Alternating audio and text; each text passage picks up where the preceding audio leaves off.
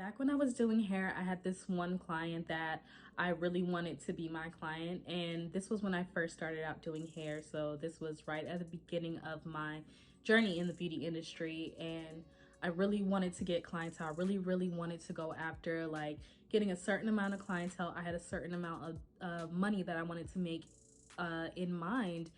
And I remember like this client, she was recommended to me, and I knew she was going to be like one of my higher ticket clients. And so when she came in and I did her hair, like did the whole nine. At this time people were still getting relaxers, so like I relaxed her, I did deep conditioning treatment, like trim, like the whole nine, like, and for the money that it was back then, like that was like really good. I'm saying that like I'm like super old, like I'm not, but a lot has changed since I started like in the beauty industry. And I remember like she also gave me her phone number because she really wanted me to do her hair like sometimes like outside of the salon, as far as like she wanted me to style her hair. Like she was very well known, so she had to go to a lot of places, a lot of events, right? So I was like, of course, cool. Like I was super excited to like have the opportunity. Like who wouldn't, like fresh out of beauty school, right? So she was super sure that she wanted to like stay with me and whatnot. So I wanted to try to pre-book her, and she said no, like another time she would call when she checked her schedule. And I was like, okay, so cool. So the next day she had an event, and so I don't know what I was thinking back then, but I texted her and I was like, hey, like just checking to see like how your hair hold up. Did you love like your hair? How did it turn out? Basically something to those lines. And she didn't say anything. Like I should have known she was at an event, so she wasn't really gonna say anything, right? So then I think it was about 2 days later, I had messaged her again, and I was like, hey, just making my schedule for the following month. Wanted to see like what days you decided to come get your hair done. Now, that was crazy because like ever since that day, like I never heard from her again. Like she never came back. She never came to get service from me again. She never came to get anything pretty much. And I was just sitting here and I was just thinking like, I don't know why that story came across my mind, but I was thinking that maybe that it could help someone. So what really stuck out to me, thinking about how I am now and how I approach my life and my business, I was definitely coming from desperate energy, and I think that she felt that, and so she decided not to take our client relationship further. And back then I thought that it was just something that I did, like something about her hair, something about my skills, something about something other than the fact that I was not self-assured. I was a little insecure about, my work and things like that. And I'm wondering how many of us actually come from that place. Like when you see that you don't have certain things going on, when you're not getting the clientele you want, when you're not getting the responses you want, there's a lot that desperate energy makes you do. And so where does desperate energy come from? Desperate energy comes from your lack of confidence in yourself, you not being decisive about what you want out of life, what you want in your business, like what looks you want to do. Like you have nothing to kind of reference, nothing to kind of point to. So you act out just trying to get, instead of actually taking the time to sit down and say, okay, this is the type of clientele I want. This is the type of money I want to make. These are the type of lash sets I want to do. You see where I'm going with it? So it's seen in your behaviors and how you go about your work. So if you're always accommodating every single body, every client, it doesn't matter who it is, you just want anyone, and you're willing to accommodate them all the time, as far as you're willing to come in all types of hours, super early, super late, like you would just start doing things that you will put yourself like way out there, and people are just only going to assume that you always just do it. So it not only starts from not having a clear picture of where you're headed, but it also is from you assuming that everyone likes your work or wants to be serviced by you just because they like your pictures. And that is not the case, because that can look a little something like, because I know this has happened to me, that you hit people up in their inbox. Like, so say there's a client or a potential client, she's not even your client, but she's a potential client, and you see her on her stories and she has eyelash extensions on, and she's been liked a few of your posts before, right? But you inbox her and you say like, hey, like, I do eyelash extensions, like, keep me in mind, or something to that effect. And what if she already was coming to you, but you going out your way to say something?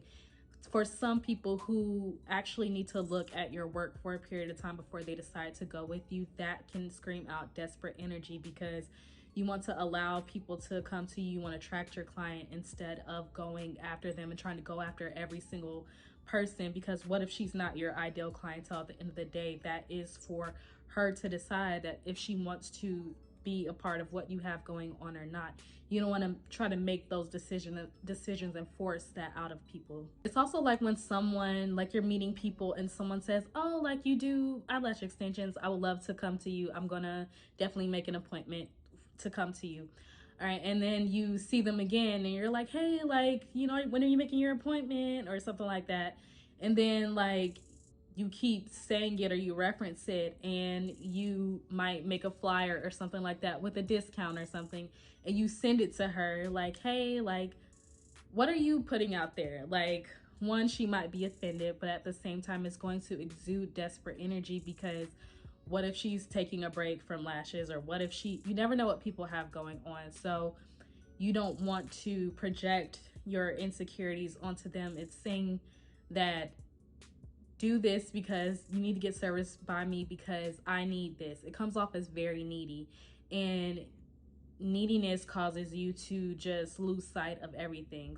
So in all the ways that you're acting out in this, what is it actually really coming from? Where is it really stemming from? Because the desperate energy is stemming from a you problem. I'll just say it, like, it's stemming from a you problem. It's stemming from a lack of confidence, a lack of direction, a lack of being unsure about yourself.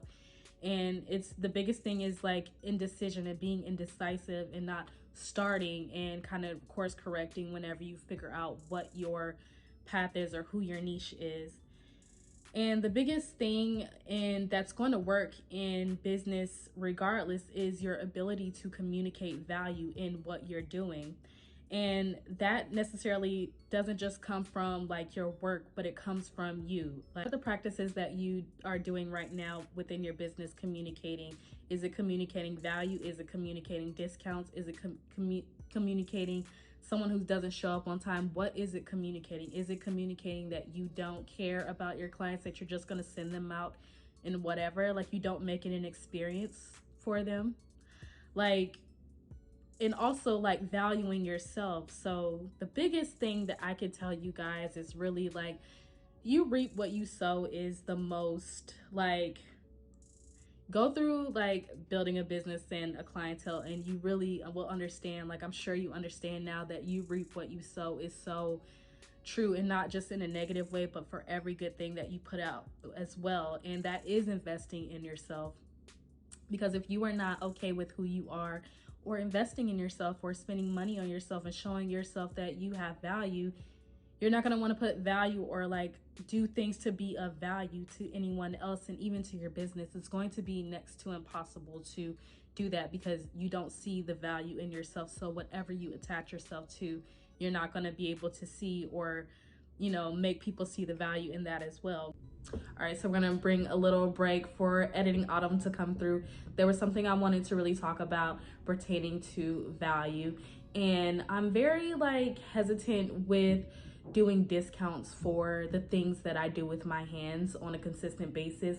So I'll probably most likely discount my digital products or things of that nature. And not to say that I would never actually like do a discount. I do discounts in my for my lash sets, but I don't make it like a every month thing. I don't make it like you're always getting something for free every month, because that's not going to prove to, not just to your clients or to people who are interested in your business, in value. That does not necessarily communicate value, but it doesn't communicate value to you, which is the most important thing. That if you see everything that you do as a chance to discount it, then it's going to be hard to build the clientele who understands that your prices are a certain level, that understands that you bring a type of service or a type of expectation when it comes to like your brand being what it is. Like, you know, you want them to associate your brand with a certain level of value, and you can't really do that if you're always giving out discounts every month for something, or always doing something special. Save those times for like the special things, and remember your clients' birthdays, do little things for them, do little things within your little community that you have built. But just in general, like always giving discounts and always like discounting the work you do with your hands, guys, do not do it. So back to the video. And it is investing in your craft. Like, are you spending money on furthering your education? Are you spending money on getting someone to help you if you need help with something? Are you putting your money in the right places? Are you putting your time in the right places? Where are you spending the most of your time? Like, that energy is going to come right back to you. Those seeds are going to come right back to you. Do you support other people who do what you do? Now, this is a big one, and it doesn't necessarily have to be another lash tech. It could be someone else in the beauty industry. But do you spend money with someone that you highly respect? So for me, I have recently spent money with a lash artist that I admire. Like, I love her work, and I spent money with her because I see value in what she's doing, and by putting money in her pocket, I know I'm going to get value from her, but also I'm gonna just exude the fact that I don't see her as competition. I see her as like, wow, that was very like, she has built something of value, so let me invest in that and soak up that energy and that knowledge by being reciprocal. Also, what do you give? And this is something that I've had to ask myself about a year and a half ago. I had to sit down and ask myself, what do you really give? What do you give of yourself, of your knowledge, of your time, to really show that you have value, or you have something of value, you have something to share that is valuable, and not just put something out just to get something. And so, to be completely honest, a lot of you act from a desperate space because you are hiding. So you're hiding, and no one really knows who you are. No one knows what you do. No one knows what you have to offer, because you're not showing, you're not sharing, you're not letting us see who you are. You're not letting us see your personality. You're not letting us, you know, get what it's going to be like if we come to you. Like, we have no idea like what your space looks like. We have no idea like your, you know, you actually working behind the scenes. We don't know what that looks like. You know, you don't share tips, you don't share anything with anyone. And for people who want to have classes or teach, you don't give out any information and share any information of yourself willingly, but then you ask for someone to take your class. Like, it doesn't work that way. The energy just does not work that way. You're going to get what you give out. Like, that's just 100%. Biggest thing that I could tell you to get over exuding some desperation in your business, and this is in life in general, you guys, is to accept what you're feeling right now. Just accept it, because if you're upset at the fact that you only have X amount of clients, or if you're making X amount of money and you feel like you should be further along, or you've placed this imaginary goalpost and you feel like that's where you should be, like, you're never going to get there if you don't just accept that this is how you're feeling right now, that you're angry, that you're upset, that you're a little disappointed and frustrated. Once you just say, okay, like, I'm feeling frustrated that I'm not right here right now, you just accept it, and you just realize that that energy and that way of thinking does have that right to exist, just as much as you doing well in life has a right to exist.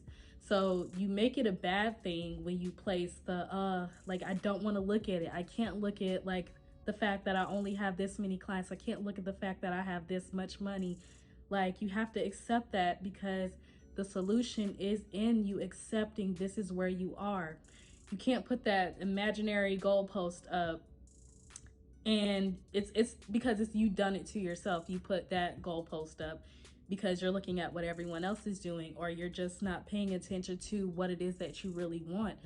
You're placing so much expectation on something that you decided that you needed to happen right now, and it wants to come into you, but there's going to have to be a process to go through. So yes, you're frustrated right now that you don't have X amount of clients or you don't have X amount of money in your bank account, but the moment you accept that and say, okay, this is what it is, when you can face it, then you give space for that solution to come in. You give space for if not the solution to appear, you give space for the ability to create that solution. And you get back into participating in life and just not letting life's circumstances happen to you.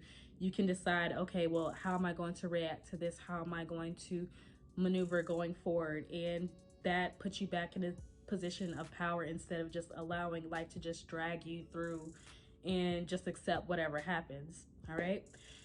And the last thing I could tell you guys, and this is so funny because I was actually scrolling on Instagram earlier, and there's this one lash tech that I love to follow. Like, she is actually really like hilarious.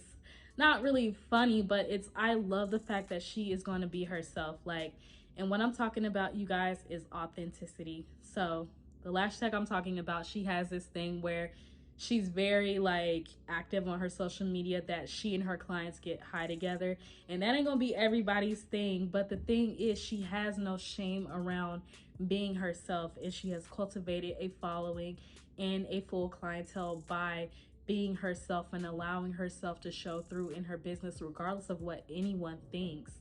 That part of her that she's accepted, and just she rolls with it, and the people that gravitate towards it.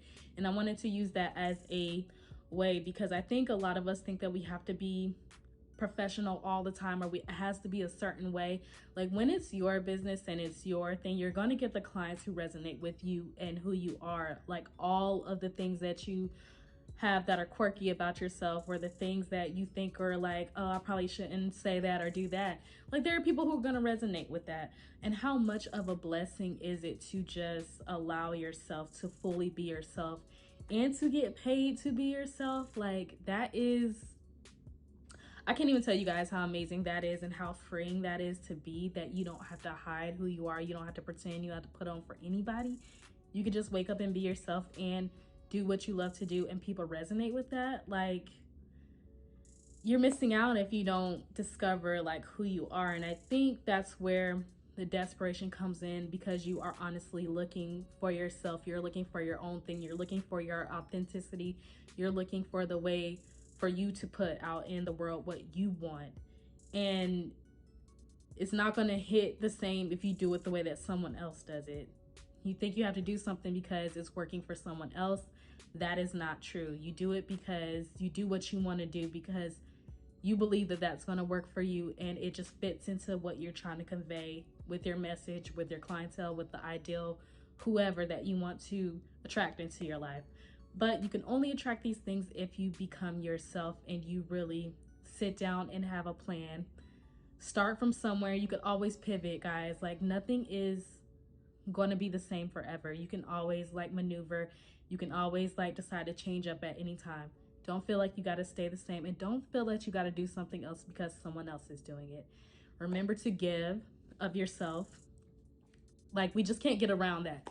Service, like when you're in the service based industry, like, the more money you make, it's because you have serviced people, and people have saw value in what you provide. So I really hope that this video helped you guys kind of have a little bit more of an understanding on where desperate energy comes from, and how to kind of dissolve it, and to look at it in the face, and to pick yourself up, and not just let these little minute things drag you down, and, you know, put you back in the game to, like, you know, going after what you want. So I actually have a new service for you guys. If you are interested, if you want to talk to me, if you need some help with kind of pinpointing what is wrong in your business, or identifying who your clientele is, identifying who or what you want to do. Is this even what you want to do? How do you go about it in your business? How do you set yourself up for success. How do you maintain your client relationships? You know, I do offer coaching, you guys. So that information will be in the description. I'm so excited to offer that to you guys, because if that's one thing that I know how to get clients, I know how to keep them, I know how to scale and when to scale, I know what to do just to, I don't know. I've just always had an amazing clientele in my career, and I want to help you guys get there. I want to help you with your goals. I want to help you kind of figure out what it is that you want, even if it's not necessarily this. It doesn't have to be eyelash extensions. It could be anything in the beauty industry. Like, there's a science to it, and I got you. But I hope this video helped you guys, and we'll talk on the next one. So have a good one wherever you are. Bye.